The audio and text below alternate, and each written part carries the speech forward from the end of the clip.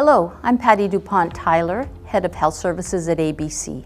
And I'm Minden, Captain at the Los Angeles County Sheriff Department. And we're here to discuss the dangers of fentanyl. We're seeing the spread of the use of the dangerous drug known as fentanyl across communities in Southern California, including those covered at ABC. Fentanyl is a highly potent synthetic opioid that is often prescribed to patients with severe pain. However, we've seen a growth in the illegal use of the drug. Fentanyl is up to 50 times stronger than heroin and up to 100 times stronger than morphine. An overdose can cause respiratory depression that can lead to death. This dangerous drug is being added to other drugs like heroin and cocaine. And it's often found in counterfeit pills that look like other prescriptions opioids. Many times, the people taking the drugs don't realize they contain fentanyl, which increases the risk of an overdose. In 2021, fentanyl accounted for about 77% of adolescent overdose deaths in the United States. And over 150 people die daily from overdoses related to drugs like fentanyl.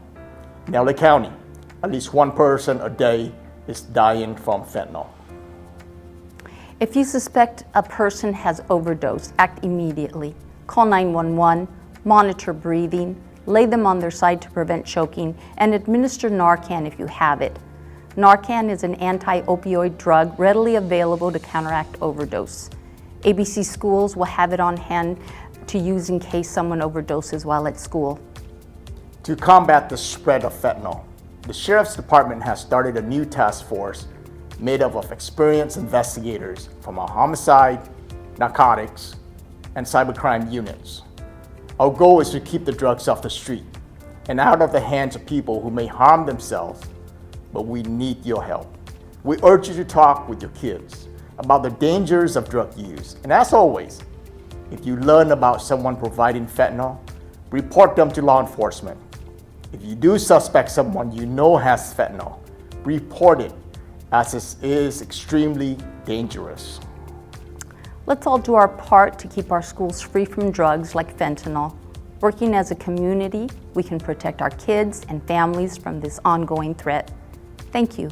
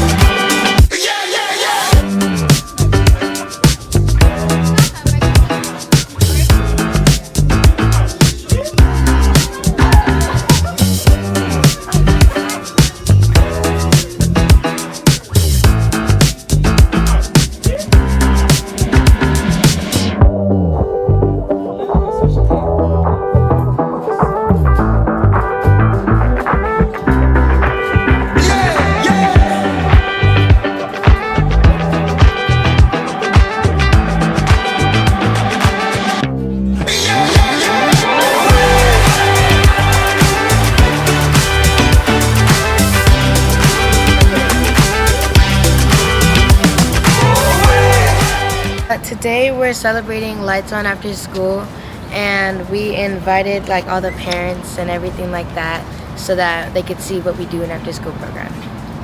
This is a catapult.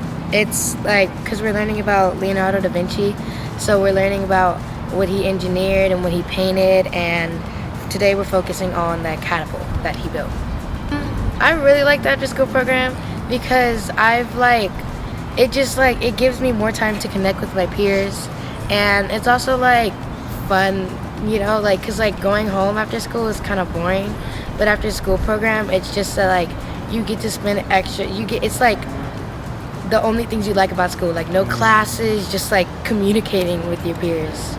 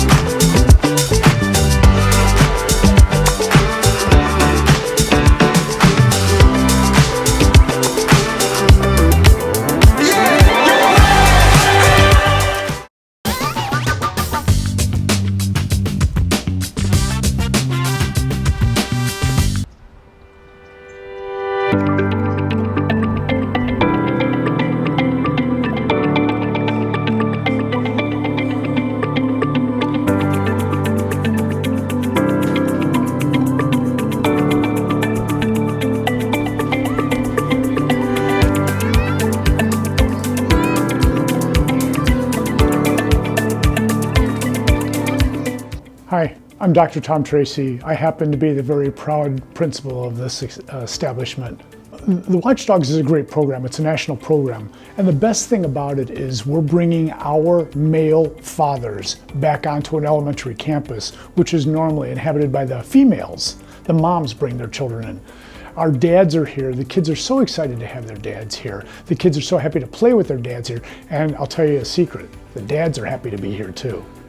In the mornings and in the afternoons, the drop off and the pickup, it's so busy, it's so traffic heavy, it's so pedestrian heavy. When the dads are here, they're helping crossing the streets. They're helping with opening the doors. They're helping with putting the backpacks on the children. They're helping with putting the children back in the hands of their parents. The impact is you can't put a large enough price tag on how effective that is and how meaningful it is. Years ago, we watched a video, and it was about a watchdog program in probably one of the western states.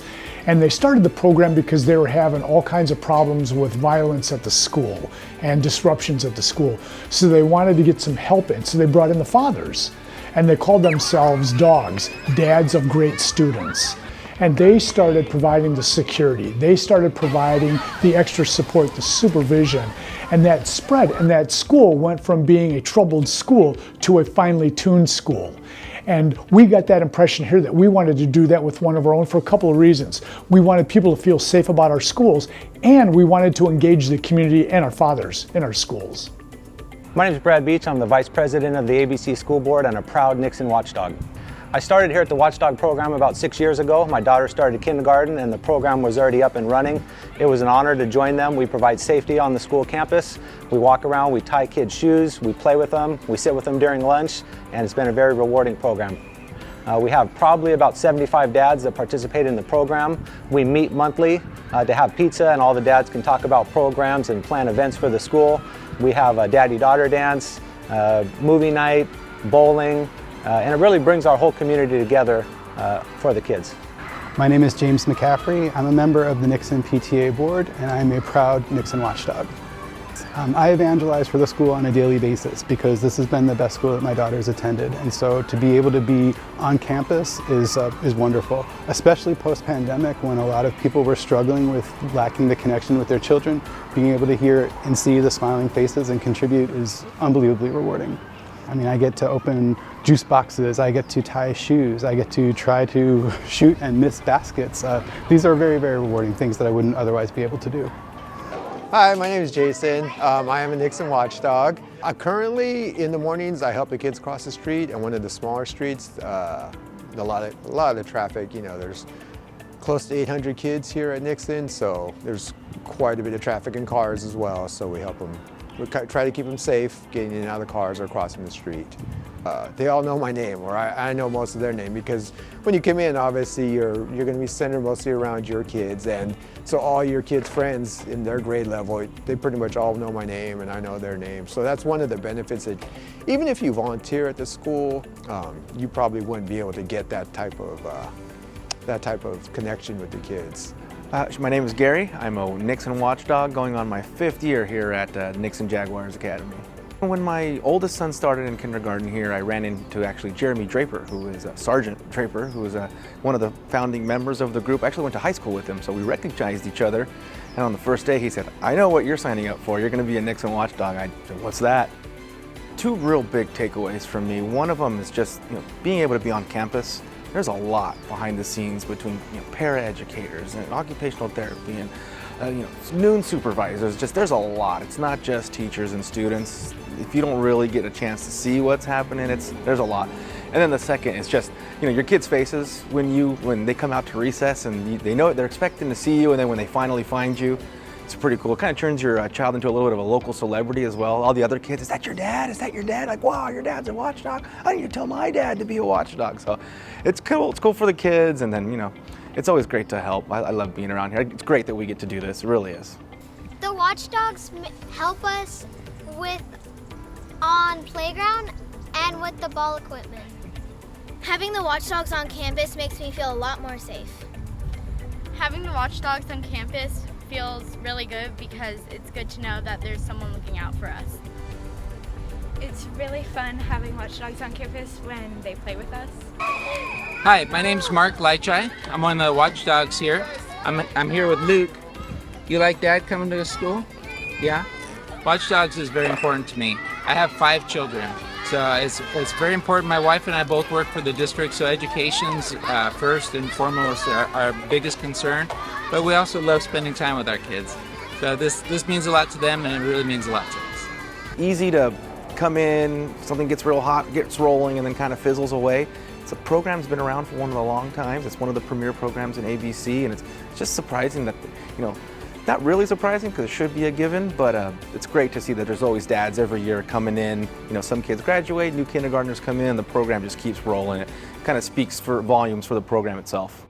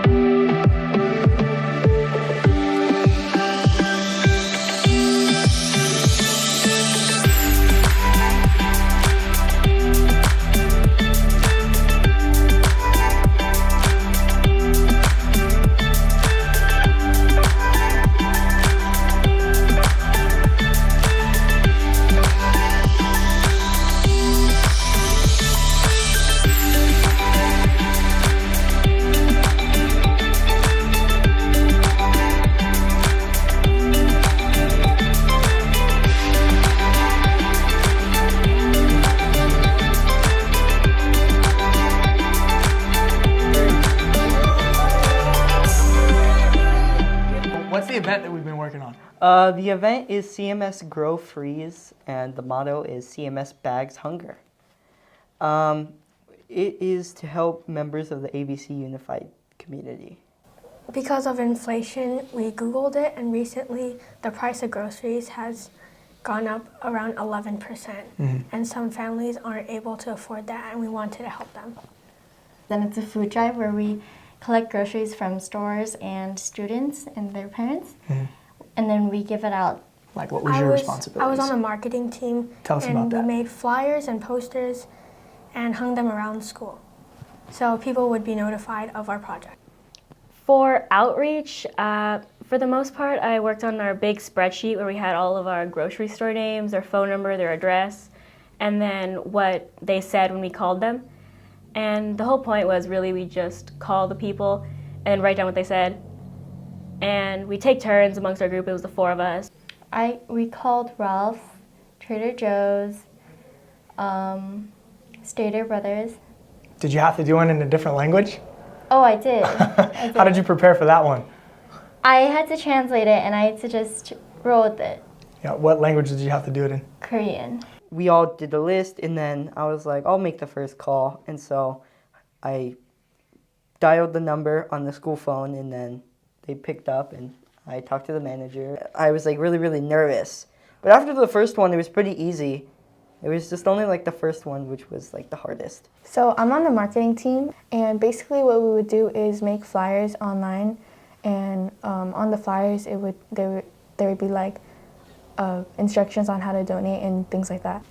We had a few students from our outreach team and then marketing that went out to other classrooms and spoke to teachers and students to see what we'd be able to do amongst the groups. So the logistics team wrote little notes, and they're going to put them in each bag, and they're like little encouragements, hoping that they could help make someone's day.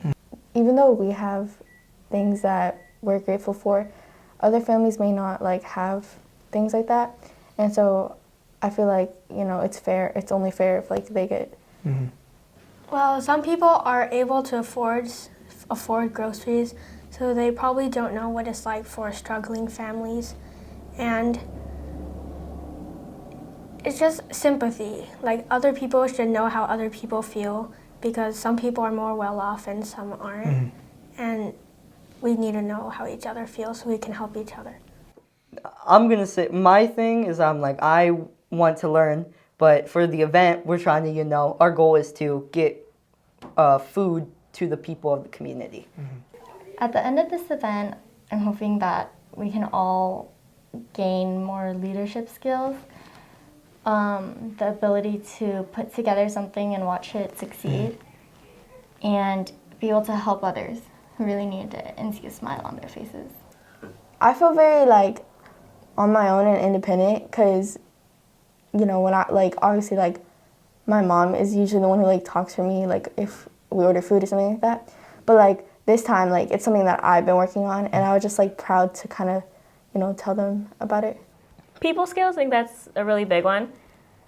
And then being more comfortable on the phone, which kind of sounds little, but I don't normally talk to people on the phone, so that was pretty big for me. How does the project we've been working on fit with our Model United Nations program that it's an elective class at Carmenita? It fits in because this was our civic engagement class, or a section of our class where it's basically just teaching the kids how to get close to their community and how to help people in general, you know, how to be a good person and a good citizen in general. You know? My name is Jackson Woodbury, or Mr. Woodbury. I teach United States history, so 8th grade at Carmenita Middle School. It's my 5th year here, and I'm fortunate enough to be the department chair for our department. We've always had Model United Nations as a component of our curriculum at Carmenita. It's always been in the context of a Distinguished Scholars Program. So it's something that students went through an application process for, and they would apply. This is the first year, though, that it's been a class. And a lot of it has to do with the fact that we're taking the lemons and making lemonade. And so because there wasn't enough students to be able to make 5 sections of it, I said, how about we make Model United Nations an elective class? And that's once a semester, they have to engage in a project, and the project is all student-led, and it has to be finding a way to serve the ABC community and ultimately being that positive driving force and positive change in their community. So the kids were asking about groceries, and we were talking about just inflation, like I'm sure you see it everywhere.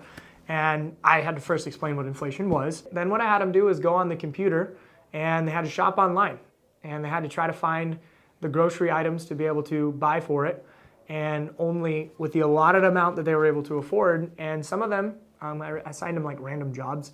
So some of them had more money to buy plenty of food, and some of them were like, I can't buy this round. So I did it that way, and once I finished doing that, the kids understood it, and then one student goes, well, maybe we should try to do something about this. And I said, well, what do you propose? And they said, well, why don't we do a grocery drive?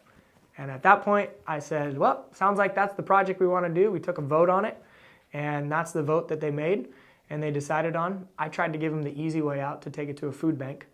We took a vote on it, and they unanimously decided to take the hard route, which was the drive-through and getting it out there instead of just dropping it off. I believe, and I continue to see it, they have a capacity that is higher than we think a lot of times, and what we just have to do is find a way to activate it and encourage them to get to that place, because when you do, they'll reach whatever bar we set for them to get to.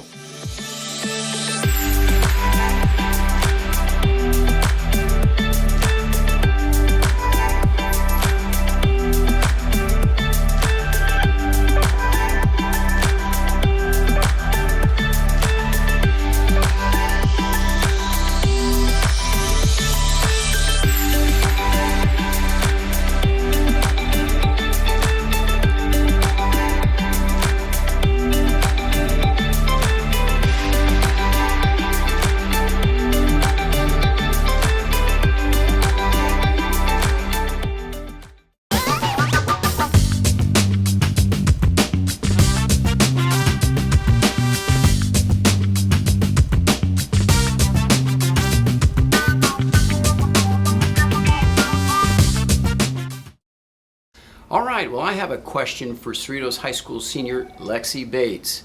As it is the holiday season, Lexi, and the season of giving, what has Cerritos High School given to you? And if you could give something to Cerritos High, what would it be? Thank you, Mr. Walker. Something Cerritos has given me throughout the school year, especially during the holidays, is happiness and coming to school. Just everybody here, all the students and the staff are super thoughtful and make me want to come to school.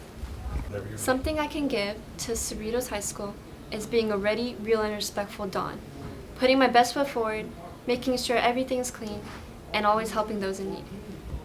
Mr. Walker, I have a question for you. What do you like about the holiday season in Cerritos High School? Well, great question, Lexi. I'm so glad you didn't ask me a calculus problem or something.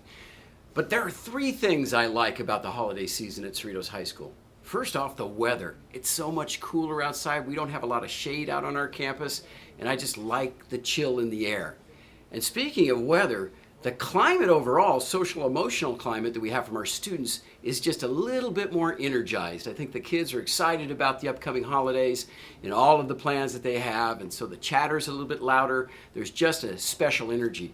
And the final thing I like, as it is the season of giving, is that our students give during the holiday season. We have a canned food drive and a toy drive to help those in need. It's the Cerritos way.